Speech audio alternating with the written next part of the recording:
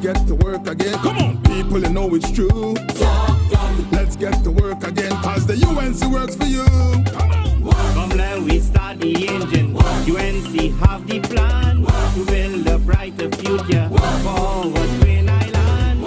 Come on, everybody, and you know it's true. It's time to start work again, and the UNC works for you.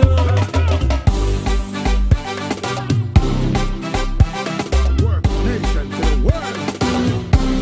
Come on. All these years of pressure, agony and pain, but we work with them and we cope with them and we feel the blunt of the strain. Now we the people start crying out. We can't take it no more. So election day when you ink your fingers, you ain't see you're voting for. Let's get to work again, cause we're sick of them on the line. Let's get to work again, cause the country needs to strive. Let's get to work again. Come on, people, you know it's true. Let's get to work again, cause the UNC works for you. Kamla, we start the engine. UNC have the plan to build a brighter future forward Twin Island. Come on, everybody, and you know it's true. It's time to start work again, and the UNC works for you.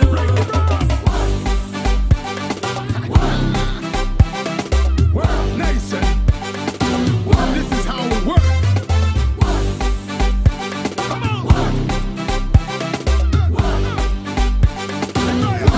Tell them what we do. We don't talk the talk, we just walk the walk. We don't make no joke when it's time to work. Katrina, We don't talk the talk, what do you say? we just walk the walk. Tell them. We don't make no joke when it's time to work. Let's get to work again, cause we're sick of them on the line. Let's get to work again, cause the country needs to strive. Let's get to work again. Come on, people, you know it's true. Let's get to work again, cause the UNC works for you. Kamla, we start the engine. UNC have the plan to build a brighter future forward Twin Island. Come on, everybody, and you know it's true. It's time to start work again, and the UNC works for you. Talk done, talk done, talk done, talk done, talk done.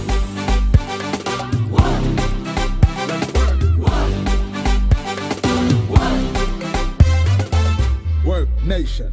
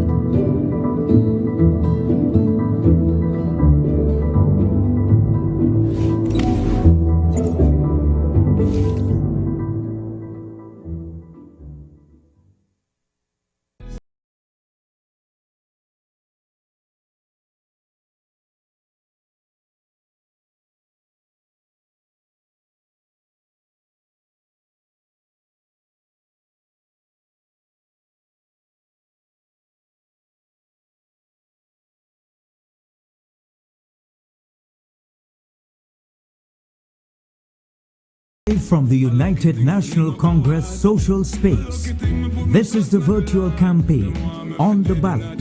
Tonight, social justice is on the ballot, sustainable jobs is on the ballot, integrity is on the ballot, truth is on the ballot. On the ballot, the time is now. We now have the national anthem of Trinidad and Tobago, followed by a prayer with Senator Anita Haynes.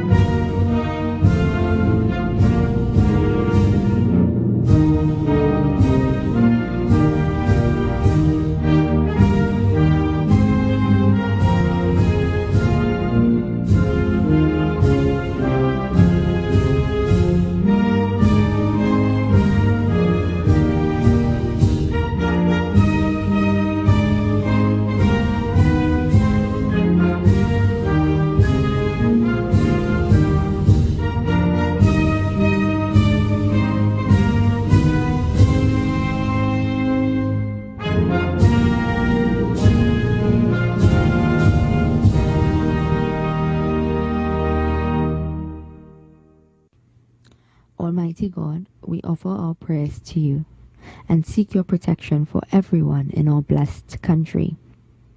We pray, O God, for you to protect us from harm and sickness, so that we may have the strength to look after one another. O merciful Lord, we pray that you will continue to bless our land and those who cultivate our crops, so that there may always be food. We pray that no one will ever go hungry. Grant us understanding, equal vision, and balanced minds. Guide us along a path of faith, devotion, and wisdom.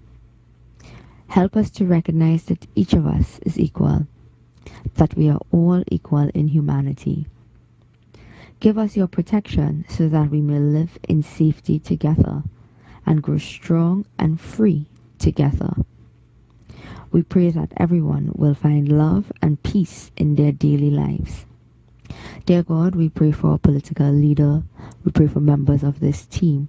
Protect them, God, and give them the strength and courage to continue their service to our nation without fear or favor. Thank you, God, for keeping your children free in our democratic state, where every creed and race finds an equal place. Dear God, we beseech you to bless our leaders, bless our people, and bless our country.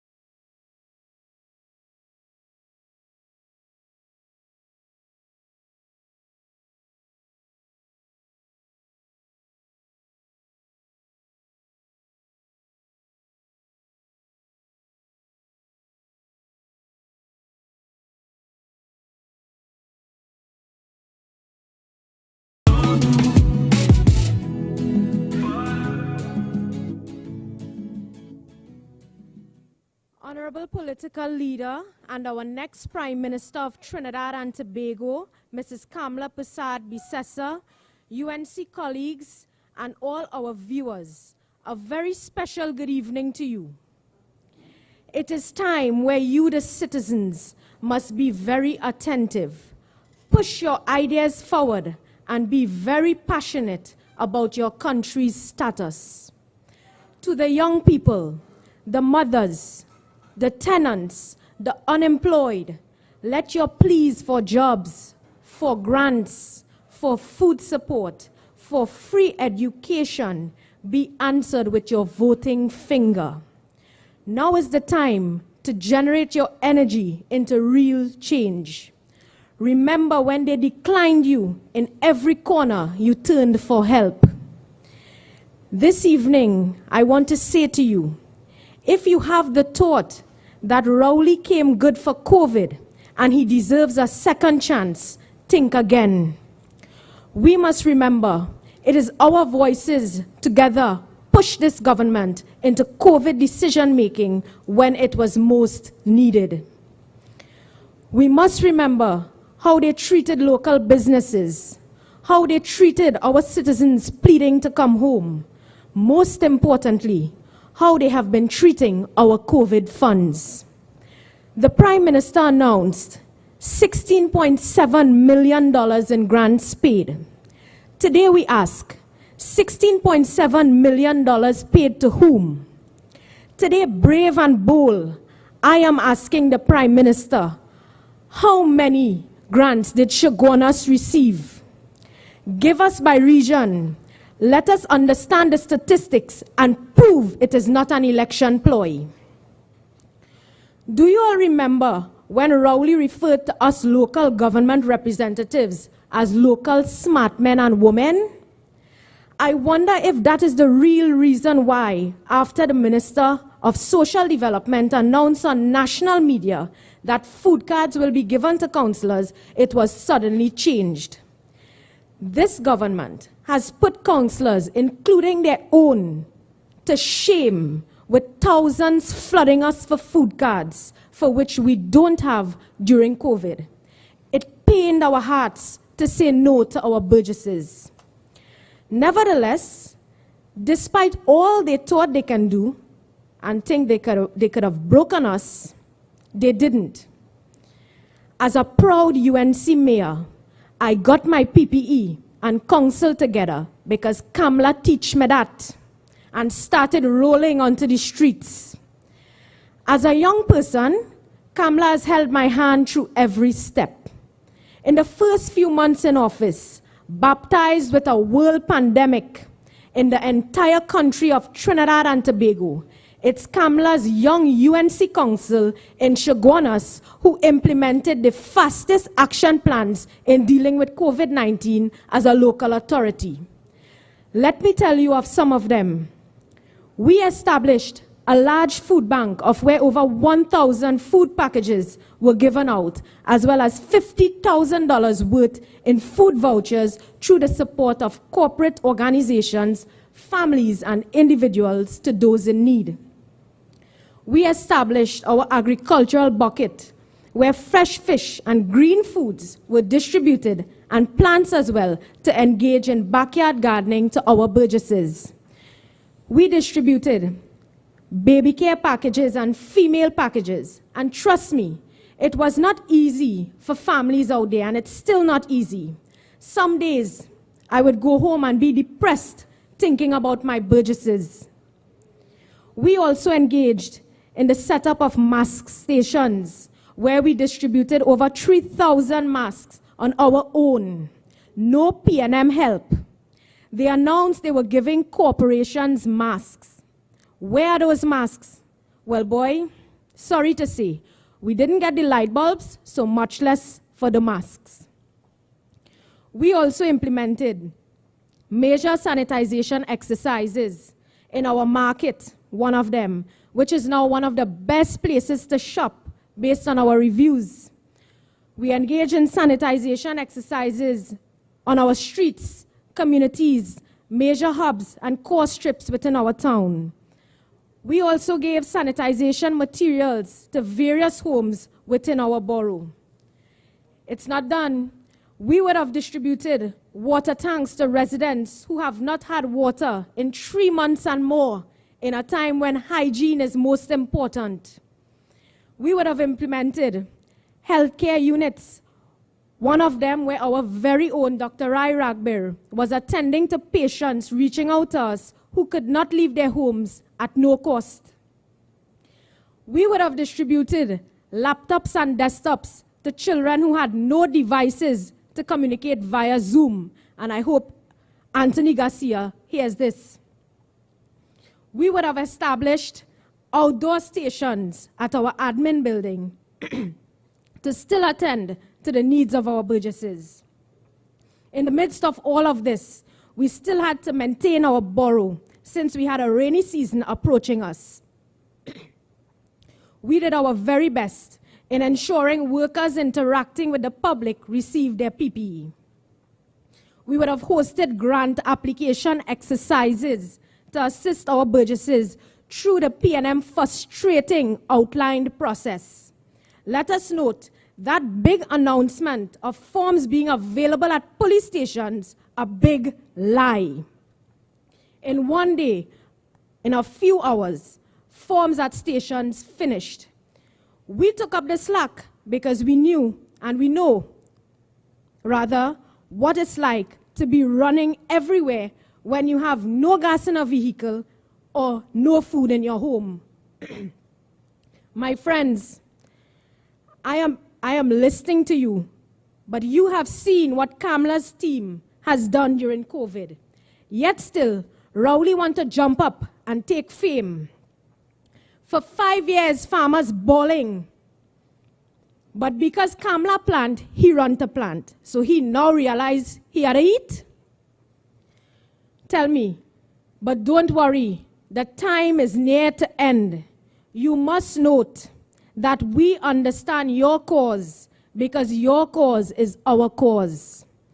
All of our efforts as the UNC are people-centered.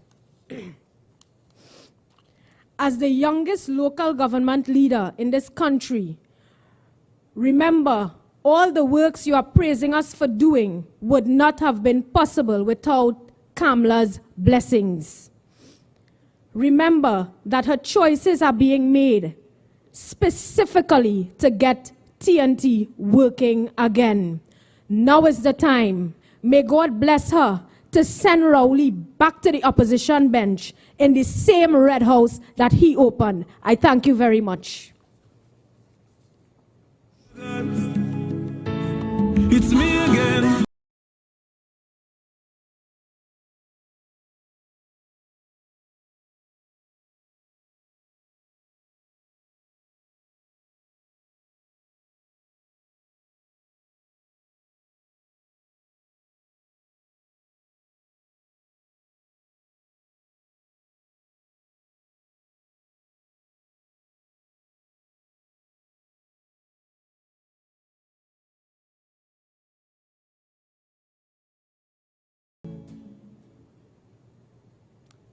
Good evening, Trinidad and Tobago. I am honored to address you on the complex issue of security and the impact of crime on our way of life. I will begin this evening's discourse with the issue of patriotism and what action distinguishes a patriot. However, before I get into the meat of my presentation, I want to say a special heartfelt hello to the constituents of St. Joseph and to all those persons I met on my recent walkabouts. So hello and good evening to Bamboo Settlement Number 1, Arangwes, Farm Road, Silver Mill, and Upper Mendez Drive. I want you to know that I feel your pain and I hear your concerns. Fear not your troubled hearts. Positive change is coming. The UNC is bringing relief, hope, better representation, and good governance. Soon, I will be able to either drastically reduce or eliminate the issue of dry taps, flooding from clogged drains and rivers, inadequate street lighting, bad roads, crime, and the #1 complaint of poor representation by an MIA MP. Patriotism. People of Trinidad and Tobago, what is patriotism? And who is a patriot? Patriotism predates the 16th century, and there are many visions and versions. The one that resonates the most with me is a person's deep love and affection for his or her country and is willing to sacrifice his or her life to protect the sovereignty and its citizens. The most important aspect of patriotism would be the actions of individuals that will define whether or not they are true patriots. The following examples adequately describe a patriot. 1, a person who places himself in the line of fire daily in service to his or her country. 2, a patriot will go above and beyond the call of duty to serve the citizens of his or her country. And 3, a true patriot leaves his own family in a time of pending national disaster and reports for duty.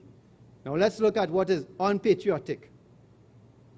A person is willing to jeopardize the well-being of Trinidad and Tobago by inviting possible sanctions by knowingly allowing sanctioned individuals from another country to visit Trinidad and Tobago, especially when our borders were closed. 2, a person who knowingly gives false explanations of serious national events and is exposed by way of substantial evidence revealing complicity and attempts to blatantly cover up the truth. This is a dereliction of the roles and responsibilities of the Office of National Security, exemplified by the letter approved for the visit of sanctioned Vice President of Venezuela, Delcy, by none other than the current Minister of Cricket. 3, failing to devise appropriate measures and initiatives to effectively reduce the high murder rate, causing Trinidad and Tobago to be consistently ranked as one of the most violent countries in the world. And 4, preventing citizens from returning to Trinidad and Tobago under the guise of pandemic measures. Every day, the MIA MP was boasting of how prepared they were to treat with possible outbreak of the pandemic. Yet, many citizens were marooned instead of being allowed to return and undergo the quarantine measures formulated by our brave medical practitioners. So, ladies and gentlemen, do we have true patriots governing our beloved country? Let's look at crime, criminals, and criminal acts. To understand crime, criminals, and criminal acts, we must adopt a policy of supporting crime-fighting measures and public policy with criminology and its many useful theories, such as critical criminology, which is about class conflict and structured inequalities of class societies. Therefore, this theoretical principle and others would be used to understand Trinidad and Tobago's dynamic crime situation, and this approach would create crime-fighting initiatives based on science and experiential knowledge of the crime environment and academics and security practitioners. Now let's look at deterrence theory. According to deterrence theory, the more severe the sanction for committing a crime, the more likely perpetrators would refrain from committing crimes. This is not the case in Trinidad and Tobago, as murders have been increasing over the period 2015 to 2020 under the PNM and its all-rounder. Murder is increasing, although the most severe penalty for murder is death by hanging. However, there are two other components of deterrence that studies have shown to be very effective in reducing murders and other types of serious crimes. These components are certainty and celerity. The certainty that a murderer will be caught and swiftly prosecuted has been very effective for reducing murders and other serious crimes. Therefore, a new dispensation for restructuring the national security framework is coming. Special attention will be paid to home affairs so that conventional skill sets of the current divisions of national security will be better focused and utilized in the fight against criminals and criminal activities. More importantly, they will receive the important tools and resources to truly enhance essential competencies geared towards improving the detection rate for murders and other serious crimes. The final component of deterrence theory is celerity. This component deals with the speedy dispensation of justice for repeat offenders. Persons languishing in jail awaiting trial must be eliminated, and persons on extensive bail must be swiftly brought before the court to defend their delinquency. Now, to bring immediate relief from the ongoing serious crime wave in our country, the following measures would be implemented. 1. Zoning based on special analysis of murders and other serious crimes. 2. Random polygraphing to be made mandatory for all security personnel. 3. Equipping the civil authority with key crime-fighting tools such as purpose-built armored patrol vehicles and armored personnel carriers equipped with automated weapons for patrolling all high-crime areas and hotspots. 4. Immediate formulation and implementation of a comprehensive patrolling initiative using UAVs, drones, surveillance with purpose-built cost-effective helos, satellite feed, mobile patrols, foot patrols, and an army of surveillance operatives. 5. Instituting performance metrics for all national security agencies under the new Home Affairs Ministry and the new Ministry of Defense. 6. Complete the implementation of first world access control systems at all ports of entry. And 7, the final point this evening is to formulate special groupings in high crime police divisions to amplify special snap and deliberate operations to consistently disrupt organized crime and criminal networks while apprehending hardened criminals. In closing, ladies and gentlemen, I am declaring that the UNC's machine is ready to decimate all wrongdoing in our country. Leading this charge in the F echelon is none other than our esteemed leader, Kamla Prasad Visesa. And she is ably assisted by co-pilots Jolene John, Kadisha Amin, and Dr. David Lee. And guess who is the gunner? I have locked and loaded Patriot missiles in our arsenal. I'm going to fire our first patriot to obliterate corruption, poor performance, lies, and deceit. Ladies and gentlemen, the real hunt is coming.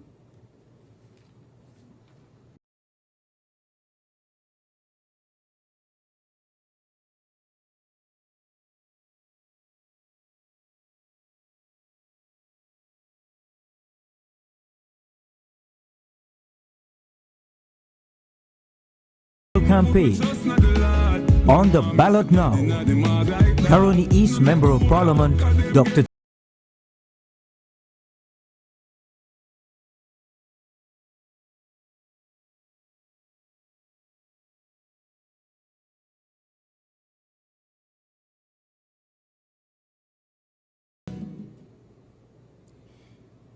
A very pleasant good evening to everyone tuned in tonight to this virtual political meeting of the United National Congress.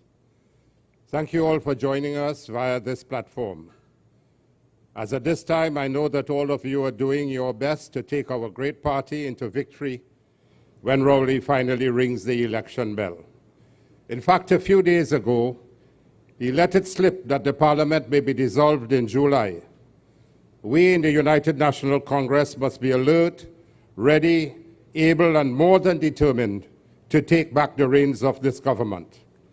To take back government from this wicked, hypocritical, incompetent, corrupt, failed, lying, and destructive Rowley government. As always, I am like you and with you, more than ready to take a good fight to this PNM government and to take this party forward to victory. And I know we will be successful. There comes a time when all senior, veteran, and experienced politicians must ensure that they do their part towards fulfilling this very important goal. It is very apparent to everyone now, especially in this time of the unprecedented COVID-19 pandemic, that the world, and indeed Trinidad and Tobago, is changing and changing fast. Trinidad's economy at the moment is on the verge of collapse in a time when countries around the world are reassessing traditional means of government. Our astute political leader, Mrs. Visesa, has always indicated that she believes that a mix of experience and youth is the best method to take this country forward into the future. I fully agree with this philosophy, since it is the only way to remain relevant to all citizens as a party and to best serve all quarters in our society. As one of the United National Congress longest-serving parliamentarians at this time, I have served in several party and governmental positions since 1995, over the last 25 years. The time has come now to allow some of our younger, bright, passionate, and committed members of our party to also get a chance to learn the art of policy making in Parliament and representative politics. If our party has no succession planning, it would mean that we, as the leaders who have built it to this great state nationally over the long, difficult decades, would have failed in our duty to ensure that it continues into the future as an ever greater force to be reckoned with. More than ever now, we need to ensure that our younger generations are well equipped with the tools and experience of leading our nation into a prosperous future when we are long gone. Any right-thinking and patriotic citizen would recognize this as his or her duty to our future generations. Indeed, as Confucius said, they must often change who would be constant in happiness or wisdom. Two of the greatest predictors of success are the ability to say hello and the ability to say goodbye. And so, I say to you tonight, ladies and gentlemen, and members of our party, that I will not be contesting any electoral seat for the upcoming elections. After long and very careful consideration, I have decided at this time my role within this great party, 32 years old, would be best served by way of being in a strategic, probably a strategic advisor, worker, and mobilizer in the upcoming 2020 general elections. My friends, the reason for this is very simple. It is that what is needed now, succession planning in representative politics. This is the best interest of our beloved nation and great UNC party. One of the founding principles of the UNC is that of national and human capital development and progress for our present and future generations. I know this is a very significant decision for me, for a veteran parliamentarian like myself and many others, however. After consulting with my international distinguished political leader, the Honorable Mrs. Visesa, almost 2 months ago, I have decided to make my decision public tonight, with her blessings, of course. I have served the majority of my parliamentary term under the leadership of Mrs. Visesa, and that has been an immense privilege. And thank you, political leader, for the confidence you reposed in me, and for your distinctive, courageous, brilliant, and visionary leadership you have provided and continue to give to our great United National Congress and to our country. It is one of caring, compassion, and humanity for all people, especially the dispossessed and vulnerable in our nation. Against the vicious lies and malicious propaganda of the rowdy regime, our political leader always courageously perseveres with dignity, determination, and grace, and have demonstrated true class, brilliance, and humility at all times. Your service and dedication to your party, Honorable Leader, and all the people of this country is truly inspirational. I am confident that under your continued leadership, we will take back the reins of power and re-establish a competent, capable, sincere, caring, and honest government. To the wonderful people of Caroni East and the constituency executives, the party groups, and office staff, I say it has been my greatest privilege and honor to have served you and represented you over the last 13 years. I may be stepping aside now as your member of parliament, but you will always remain in my heart. Remember, this is not a goodbye, this is a thank you. There are no goodbyes for us, wherever you are. You will always be in my heart. I stand very proud of my track record as Caroni East Member of Parliament, for I am confident that I have served with passion, commitment, and distinction to the men and women and children of this great constituency. Indeed, some of my achievements in my years of service include the St. Helena Bypass Road connecting St. Helena to Piarco Airport, construction of the new St. Helena Bridge, which was over 100 years old, 36 miles of pipelines, 88 roads paved, 5 new ECC centers constructed, rehabilitation, lighting, and running tracks of 8 recreation grounds, attended to over 15,000 citizens for social, medical, educational, health, and infrastructural issues, assisted over 1,500 families during the worst flooding ever in 2018 in St. Helena and Warren, with the cooperation and assistance from our distinguished political leader and from so many members of parliament, friends, and corporate bodies. 20 miles of box drains crisscrossing the constituency, 40 watercourses cleared, upgrades to 10 pavilions and building two new ones, distribution of over 10,000 toys.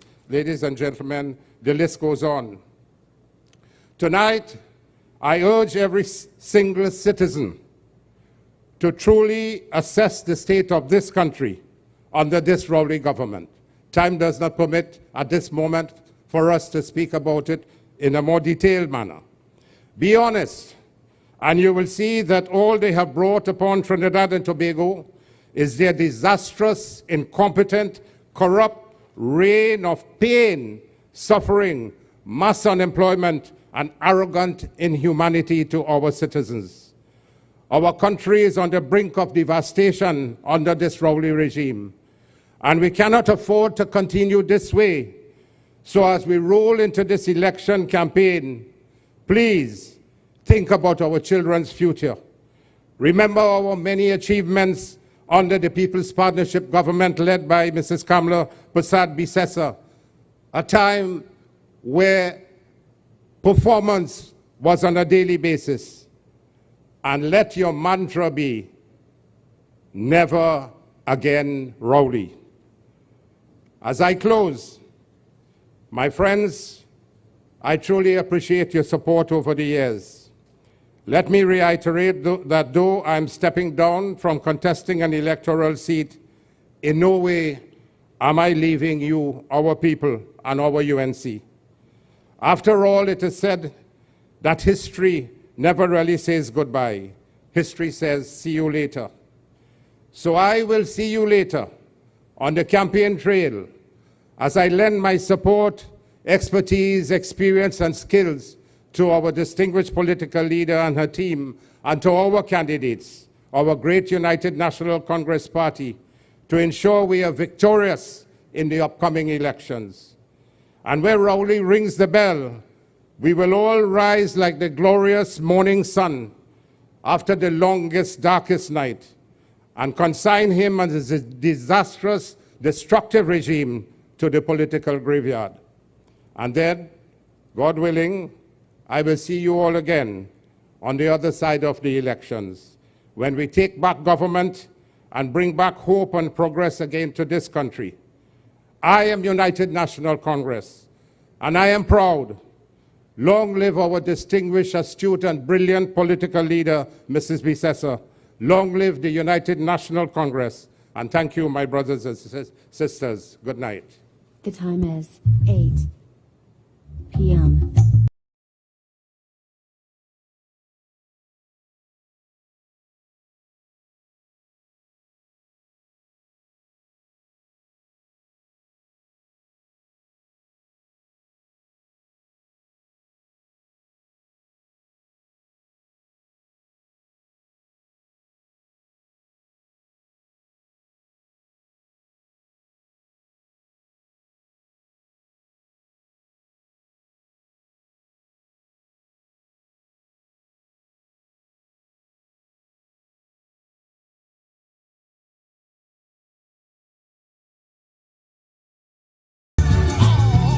She continues to raise the hard questions that strike right at the heart of our nation.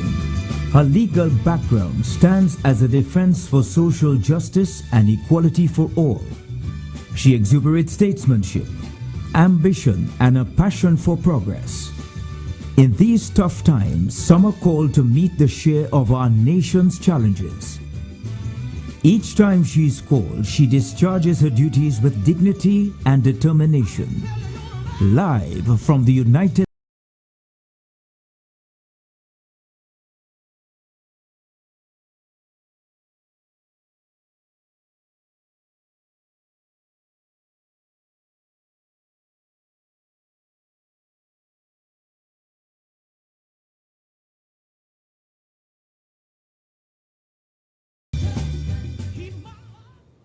Good evening, everyone. Thank you for joining us. Thank you for logging in to this, another one of our virtual meetings. It has become the new normal to use technology as far as we can, to connect with you, to meet with you, to share with you. And tonight, you know, I have been very touched in more than one ways. And I really want to pay tribute to and congratulate Dr. Tim Gopi Singh, who spoke with you a short while ago. I was very touched and humbled by the stance he's taken and the journey that he continues to follow and to continue to lead. And whilst he spoke a lot about what he did in the constituency of Caroni, where he is still the MP, we should also remember how much he did for us as Minister of Education. He did not speak of that, but you know, when we talk on the platform, we said we built under the partnership over 106 schools. And Rowley said, where are the schools, Kamla? Where are the schools? And then we put the pictures up one by one by one. And Tim went into Parliament and he called the names of the 106 schools. On the social media, we put out the pictures. Tim, thank you for the great work, not just as an MP, but as Minister of Education of the Republic of Trinidad and Tobago.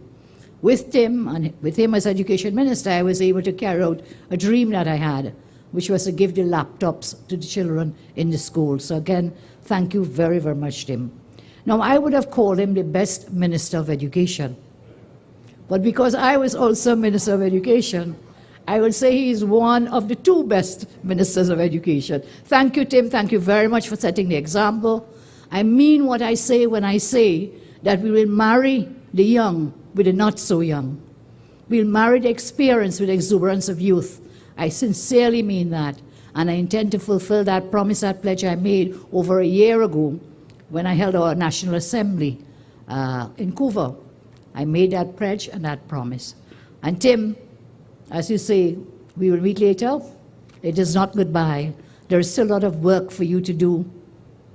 And I know that you'll be joining us in the campaign. Tim has agreed to help us on the corridor in St. Joseph, in Tunapuna, and in other parts of the country.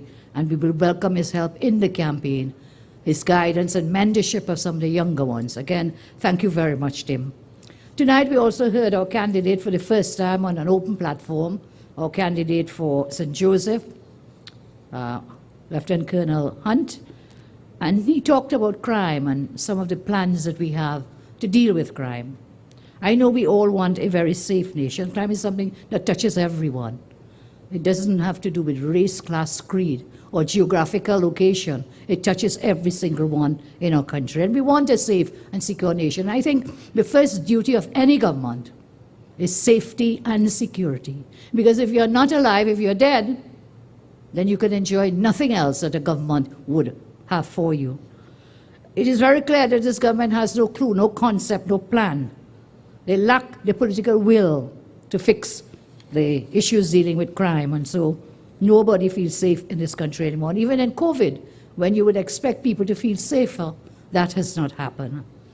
Almost daily, we get the news of heinous crimes everywhere. The fear that is being felt is very real, a nightmare for citizens. You know, the Prime Minister asked us, he said, do not judge him and his administration on the murder rate and on crime. But if the government cannot fulfill its basic responsibility, its basic mandate of protecting citizens, then that government has surely failed. The PNM is a clear and present danger to our nation. We've seen the trends that every time the PNM is in power, crime increases, escalates. I'll share with you, for since they came into office, September 2015, there have been 2,347 murders. And look at the numbers. We inherited in 2009 when we came into office. Murders were at 508. We took that down to 403, which was our last full year in office in 2014. And since then, 2015 PNM 420, 2016 462, 2017 495, 2018 517, 2019 536. We left it, as I say, at 403 last full year in office. The PNM has increased that, or under the PNM, 536, and to date, 196 murders and counting. This year, the country goes to choose a leader and a team that must ensure safety and security. We cannot risk another 5 years under PNM rule. There may be nothing left of our beloved nation, God forbid, if they should get a second term. People will say to this government, enough is enough. The time has come, the time is now to return to good governance. I want to assure all citizens that just as we have laid out a comprehensive plan to revive the economy on our national economic transformation plan, and I urge you to go up on the website, UNC Plan 2020, to get the details of the economic plan. Tonight I want to roll out a few thoughts, a few of our plans with respect to national security. So just some of the ideas that we have for a national security master plan I will share with you tonight. The first that I want to do is to restructure the Ministry of National Security. It is clear that the way it is structured, that it is failing, and it has failed. It cannot adapt and adopt to the demands of securing a nation in the world we live in now. And so my proposal is that the UNC will restructure the Ministry of National Security into a Ministry of Home Affairs and a Ministry of Defense. The Ministry of Home Affairs will deal primarily with internal law enforcement. It will provide focus on policing to ensure that deterrents are provided, and will also involve action before crimes are committed. So we look at deterrence, of course, before, then we look at the actual measures for prevention of crime. We'll have to talk about detection, and there's another end to that, which is for the judicial system. Okay, so you have first prevention, then if it were not able to prevent, then you have to detect. After you detect, you arrest, and you take them through the judicial system. On another day, I'll speak of our plans for the judiciary justice in Trinidad and Tobago. Today, I'm talking about the national security aspects. So I said, first of all, a Ministry of Home Affairs. In that ministry, we will look at all aspects of policing, surveillance, use of electronic security, proper intelligence gathering, as well as major aspects to internal security, including fire and prisons. And we'll also deal with, in this ministry, with the maintenance of law and order, safety and security of citizens. What will be the major arms of this Ministry of National Security? The TTPS, Trinidad and Tobago Police Service, the Trinidad and Tobago Fire Service, the Trinidad and Tobago Prison Service, the Office of Disaster Preparedness, cadets, the SSA, the National Security Training Academy, the E99 call center, community comfort patrols. These will be some of the units within the ministry, new Ministry of Home Affairs. The second aspect, dealing with law and order, will be a Ministry of Defense. Now, there's a very basic need, a very critical need to protect borders. A lot of the crime is coming in from drugs coming into the country, human trafficking, worldwide concerns about terrorism. So we need to have a specific ministry to deal with the security of our nation from these sorts of matters, these kinds of things that are very crippling to any nation. This Ministry of Defense, I envisage, newly created ministry. It is necessary because of new threats and clear and present danger all nations are facing in border protection, problems encountered with illegal entry of weapons, drugs, and human trafficking. In this ministry, the focus will be on proper border protection, with an established network to work with our international allies. And working with international allies doesn't mean buffing them up every single morning. I don't know why the government seems hell-bent on a collision course with the United States. So we'll see how that goes. We have to have a network, international allies, which will help us in intelligence, which will help us in joint operations.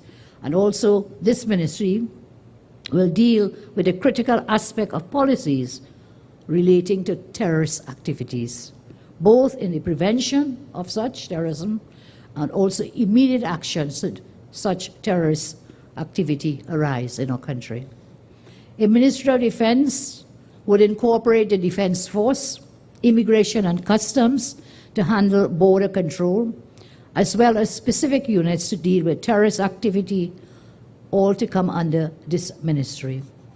The major arms of our new Ministry of Defense would be the Trinidad and Tobago Defense Force. This includes, as you know, the Army, the Coast Guard, and the Air Guard, as well as the reserves.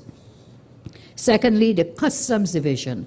Now, traditionally, Customs falls under the Minister of Finance. And no one seems to take, they're like the stepchild of the Ministry of Finance.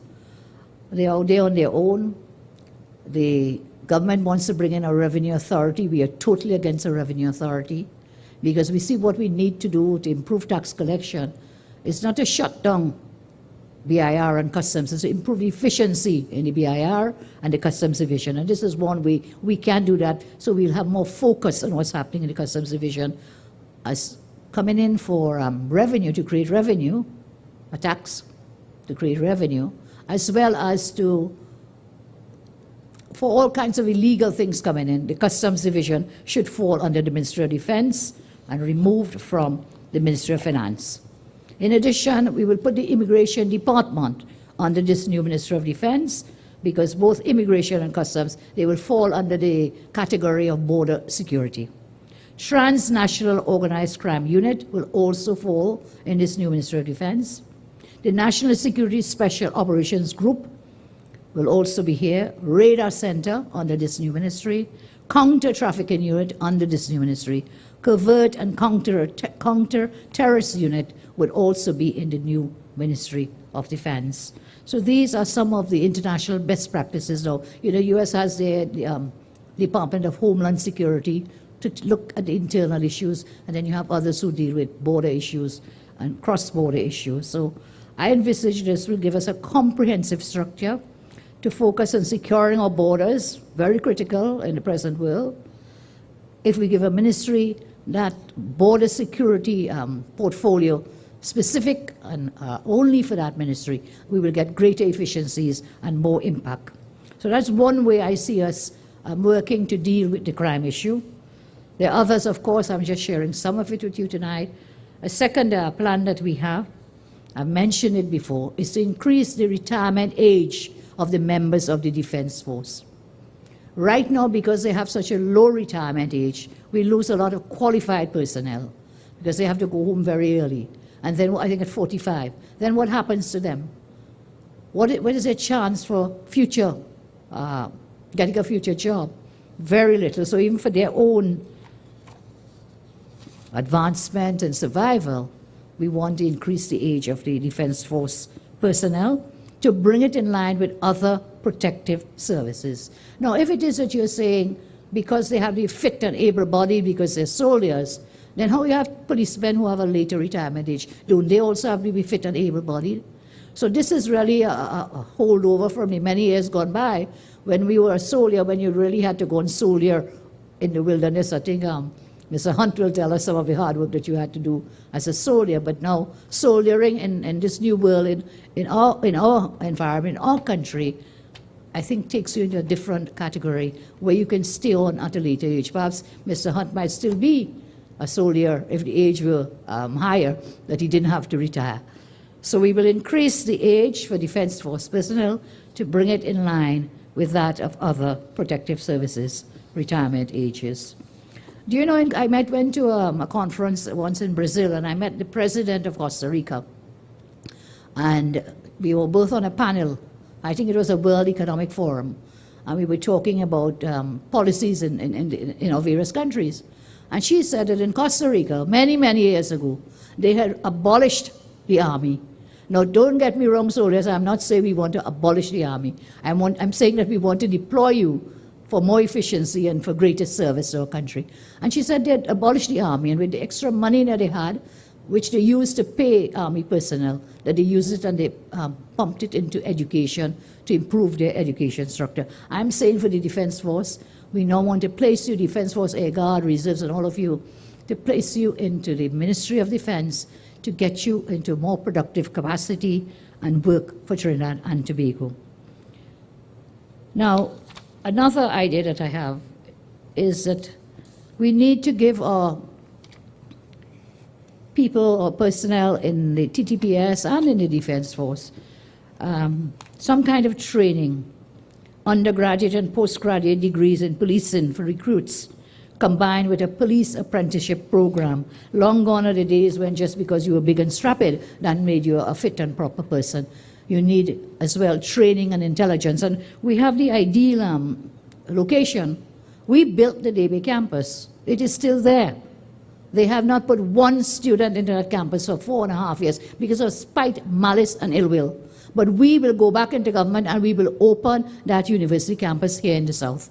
And one of the things I think we can use it for, we can use it for the training of security personnel, of the TTPS, of the Defense Force. We can use it and set up a forensic science center to help us deal with crime. So we have all that planned there. Prime property, sitting idle, bush growing all over it, and of course they may be paying security personnel to stand up and guard it.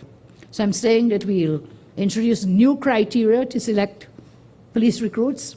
All new recruits will have to possess at least a diploma in policing.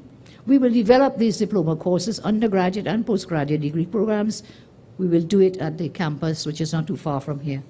Some of the new courses will cover law, governance, and the criminal justice system, neighborhood and community safety, understanding vulnerability, risk, and threats in society, technology in policing, policing, criminology, and victimology, practical forensics for policing, academic and professional skills for police research, methods in policing and security, using intelligence in the police service, using operational vulnerability and public protection, simulated and immersive techniques, road policing and investigation police duties and law, investigation of serious and organized crime, cybercrime and forensic investigation, accounting, and so on. Some of the courses, training that we can offer to persons to serve in the TTPS and even in the new envisaged Ministry of Defense. So that's one area on the ballot tonight, the issue of crime and crime fighting. In the little time I have left, I want to talk a bit, put on the ballot tonight, the economy. This government has shut down and crashed the economy. And that happened before COVID. I want you to do not forget what they shut down. They shut down TDC, hundreds sent home. ArcelorMittal shut down, thousands more unemployed. Hundreds of small and medium-sized construction companies shut down, thousands unemployed. Patriotism shut down, a lying prime minister, and he cannot sue me because we have it evidence on tape. Lying prime minister said the government is not shutting down Patriotism. And in case you didn't hear me because you're opening or closing the fridge door, the government is not shutting down Patriotism. A short while later, what happened? Patriotism, gone, gone, gone. All. You remember? The famous statement, all the workers gone. Shut down Patriotism. Taking away an industry where we had what is known as competitive advantage of over 100 years. We have one of the oldest industries in the oil sector in Trinidad and Tobago, over 100 years. And so much more shut down. We saw the plants being shut down now at Point Lisas. So by the time this government woke up, you see, and realized that COVID was real, by the time they woke up and then COVID was real, over 100,000 persons had already lost jobs. What is the count now after COVID? It is far more than that 100,000. These were people, that 100,000, who were employed when we were in office. They had jobs. But they were robbed of their incomes by an incompetent, useless, wicked government. They shut down the economy. You remember last year, December, before Christmas, had people standing in lines in the hot sun to do what? To change a $100 bill. Suffered people. The law was that you have a 3-month period if there is a transition to change your dollar bill into a different bill. That was the law. They changed the law to suffer people to come and stand up in lines. And what benefit did they get? They thought they could get to lock up people. The only people who get to lock up is not anybody in the UNC. Only people who get to lock up is the friends, the family, and financiers of the Rowley government. They are the ones. I see a man crying today in the papers. Last time I spoke, I talked about NCB Global Finance. And there are massive amounts of monies in terms of work that the brother of the Minister of Everything, that company was getting work from the government. And he in the paper crying. He said, I work for my pay. Well, brother, before September 2015, how much money you get paid? How much you work for? How come it is only when your brother there that you work for all this money? And then I read now they say they not get it. Well, good thing we talked about it. I don't know if they pulled it back. I don't know what happened, but that was the cabinet note I shared with you last time. And that was just one of many I'd spoken about before. So they are about their friends and their family and their financiers. They shut down this country. They had these people, as I said, don't ever forget that. They shut down TNT, but you know what they didn't shut down? Farisal rental. He's still collecting his rents. They're begging everybody else, all the landlords, they're telling them, Hey, ease up now, give them a blind, don't charge them no rent. And Mr. Faris Al-Rental collecting his millions, not just for that one building, there's several buildings in that family rented to the government and therefore being paid for by the taxpayers of Trinidad and Tobago. So when they come to you to cry crocodile ears, and you better run them, you know. Run them. That's all they've done. They've fooled the people of this country. They've lied to the people of this country. And now on the eve of an election, they come to talk about some MP and some relative and whatever. And look, 4 years gone, nearly 5. Where is suddenly come with this? From day one, you threatened to lock up everybody in the UNC. You can't lock up anybody because what you did, they were lies. Emailgate, lies. Ganjagate, lies. Everything you did, they were lies, and you continually lies. Cambridge Analytica, they back out of that. The fellow with the pink hair, Cambridge Analytica. Lies, they said the UNC. Look, if we were so good and we used them, how come we lost the 2015 elections? So no sense, no comprehension, lies. I ask you not to forget. So they're paying the Farisal renters, they're paying their friends, family, and financiers with their contracts and so on. It's happening. It's happening. The feeding frenzy for certain people never went on lockdown. Only the people suffered. We don't believe they will be able to rescue and transform our country. They talked about a roadmap. Where is the roadmap? The Prime Minister promised we'll get it at the end of May. Where is the roadmap, Prime Minister? We still have yet to see it. I want to tell you tonight. And once we see it, and we will, their roadmap is a map to further suffering, a map to nowhere. You couldn't do it in 4.5 years. You have 6 months, or Prime Minister is dissolving in July. Well, bring it on, Prime Minister. We are ready for the election. Call elections now. And when you call elections, we demand that international observers be brought to Trinidad and Tobago. We see what is happening in Guyana. Prime Minister, bring on the election, dissolve the parliament, bring on the election. We are ready whenever it is called. And we demand that international observers be invited to come in to observe the election. So I was talking about this roadmap. It's a map to nowhere. 4.5 years, you collapse the country, you crush the economy. You sent 100,000 people home, no jobs. I can't see your roadmap taking us anywhere forward. I want to tell you, and you will tell me, Kamla, you were right. When that roadmap comes out, you know what it has? It has no plan for sustainable development. It has no plan to create jobs, sustainable jobs. I refer you again to our master plan for creating over 50,000 jobs and for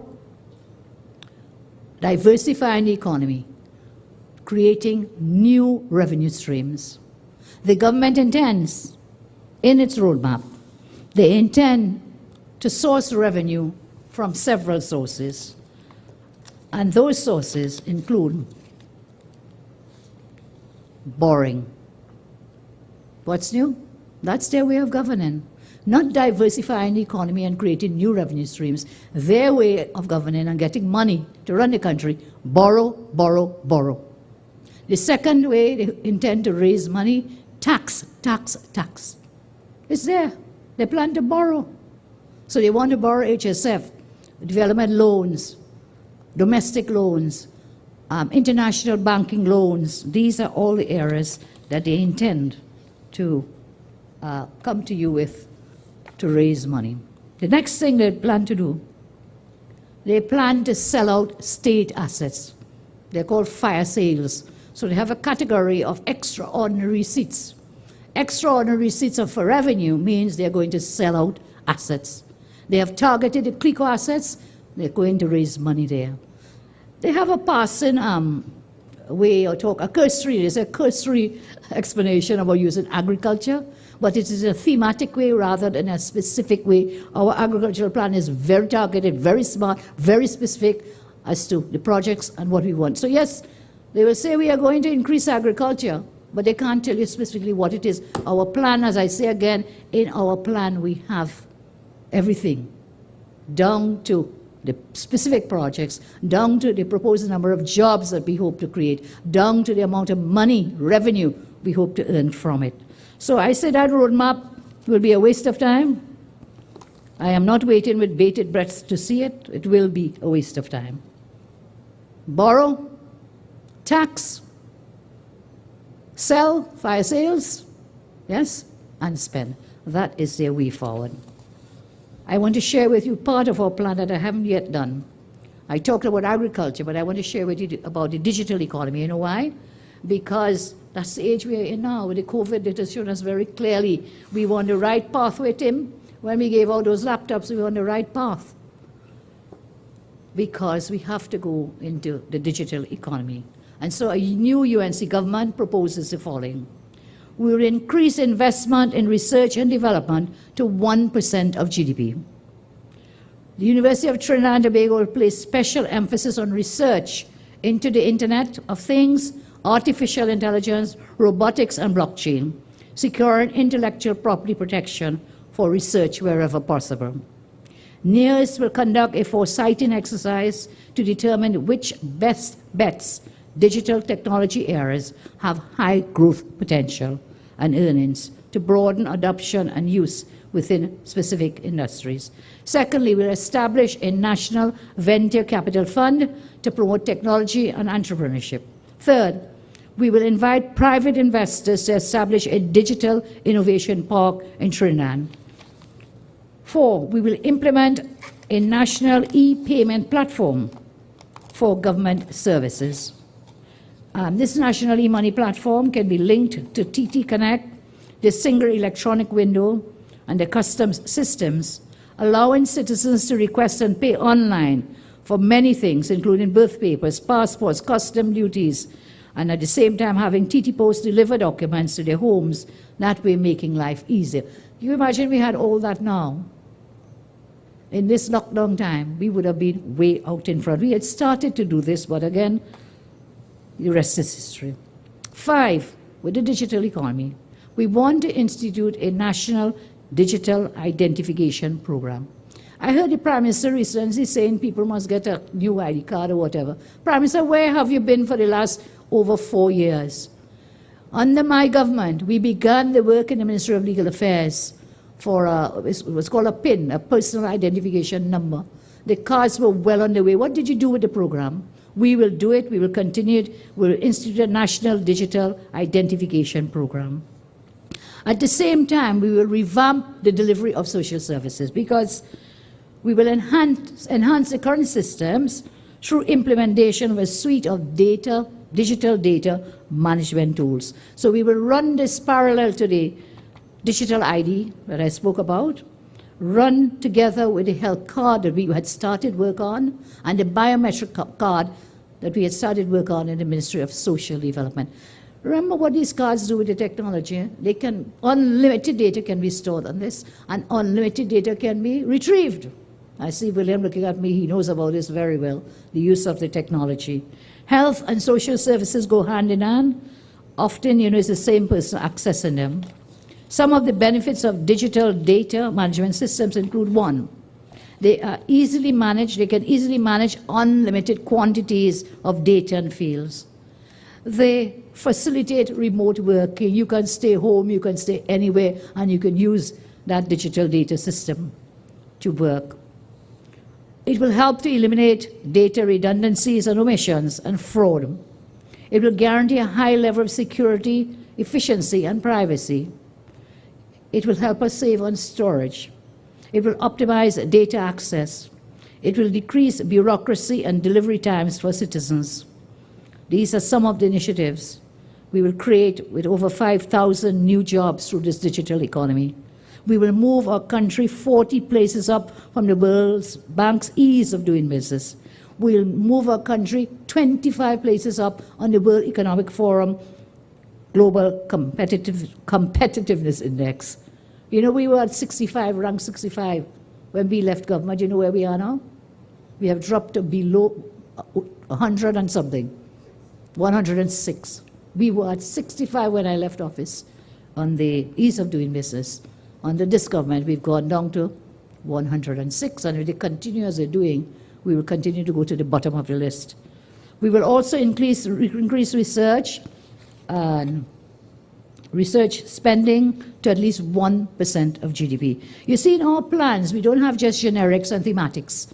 We have specific targets so that you will be able to measure where we are, where we need to go when you have specific targets. And that's what we need to do. We cannot go with their roadmap with all the thematics and generalizations, which is really just rhetoric rather than specific targets and specific programs and policies.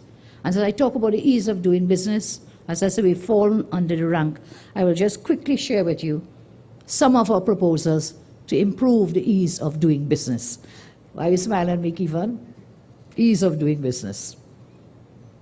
1, we will remove, there will be no property taxes on plant, equipment, land and building of local manufacturers. No property taxes on plant, equipment, land and buildings of local manufacturers. Why? We have to increase local manufacturing. That is what we will be able to sell to ourselves, stop the imports, but also to earn by exporting. Secondly, we'll deregulate and simplify the process for environmental clearances and approvals for new and existing businesses. Overregulation and prohibitive initial requirements increase startup costs, cause time delays, and chases away new businesses, also stifling fledgling ones. So we will pursue double taxation agreements with more countries in South America, our neighbors right here, West Africa, and other Commonwealth countries to increase attractiveness. You know that South American market is what? Is about 422 million people. So if we can do these double tax agreements, we should introduce Spanish as a second language in our schools. Not because the Viennese are here, but because there's a South American market which speaks Spanish of over 422 million persons right on our doorstep, right to the west of Trinidad, South America. We will strengthen legislation to protect minority shareholders. That is currently one of the problematic areas in our ease of doing business. We'll aggressively enhance legislation regarding contract law and mediation. Currently, it takes between 4 and 6 years, and maybe more, Larry, you might tell me, to settle contract disputes. How can you do business and have ease of doing business when if you have a dispute about your contracts in business, it takes you 4 to 6 or more years to settle it? We will need a stronger legislative framework to serve to make contracts more secure, shorten resolution times, and prevent unwarranted litigation, thus encouraging investor confidence. As I said, implement Spanish as a compulsory second language to enhance the ability of our local businesses and workforce to infiltrate the South American market with a consumer base of over 422 million persons. As a matter of urgency, we must implement computer technology and software development as core parts of the education syllabus.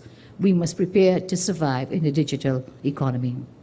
We must improve the ease of doing business by implementing a quality assurance management system such as ISO 9001:2015 in specific units related to business development, statutory approvals, credit facilities, tax clearances, financial accreditation, especially in the following areas: in legal affairs, in utilities, WASA, TNTech, NGC. You know how long it takes business to get these approvals going. Customs and Excise, BIR, the EMA, Town and Country Planning, the FIU, the Building Inspectorate, to name a few. We have to increase efficiency in the ease of doing business. Aligning all these units under a common quality management system will make it easier to do business in Trinidad and Tobago. You'll ask me, why am I spending time in all these details? It is because it is not our job in the UNC to just stand up and pelt stone and cuss and quarrel. It is for us to show you we have comprehensive plans to transform the economy, to create over 50,000 sustainable jobs, to get TNT working again. And these are some of the plans of how we will do it.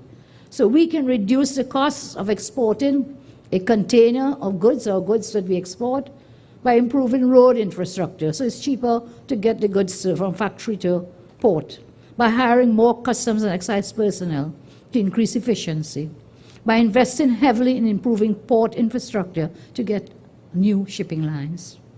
We must increase the number of bonded areas off-site the ports, so free up space within the ports for our exporters. We must strengthen management and technological systems to to reduce inspection and documentation times and speed up through flow times. We must utilize blockchain technology as a way of keeping track of transactions and documentation, as well as for asset management. We must invest and expand the Trinidad and Tobago Bureau of Standards. Why?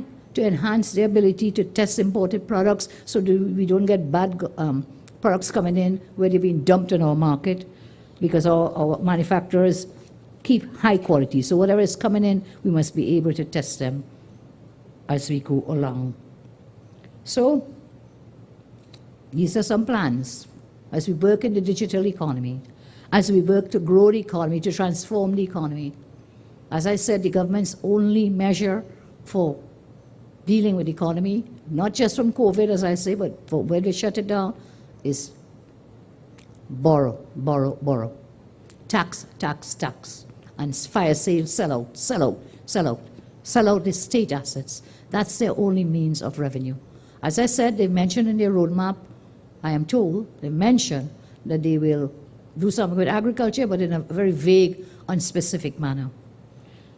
I think these few ideas that we've shared will help us to see, and I again urge you, as I lift this up again, to go up on our website and take a comprehensive look of this master plan that we have developed. We have not spent our time in opposition wasted.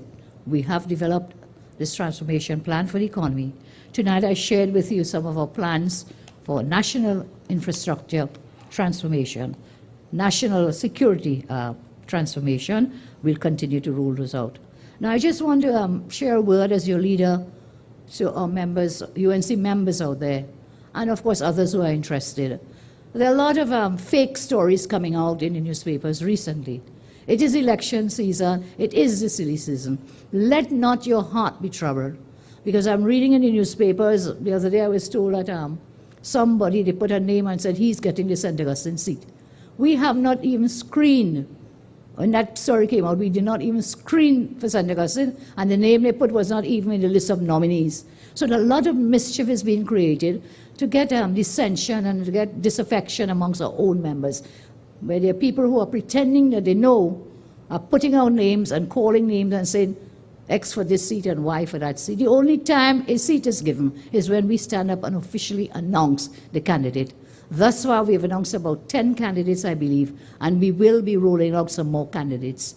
The second thing I saw, and I said, don't be troubled by it, some are saying we are taking too long to name the candidates. I went out very early this year. We started naming candidates, especially the marginals, because those are the seats that we really need to win.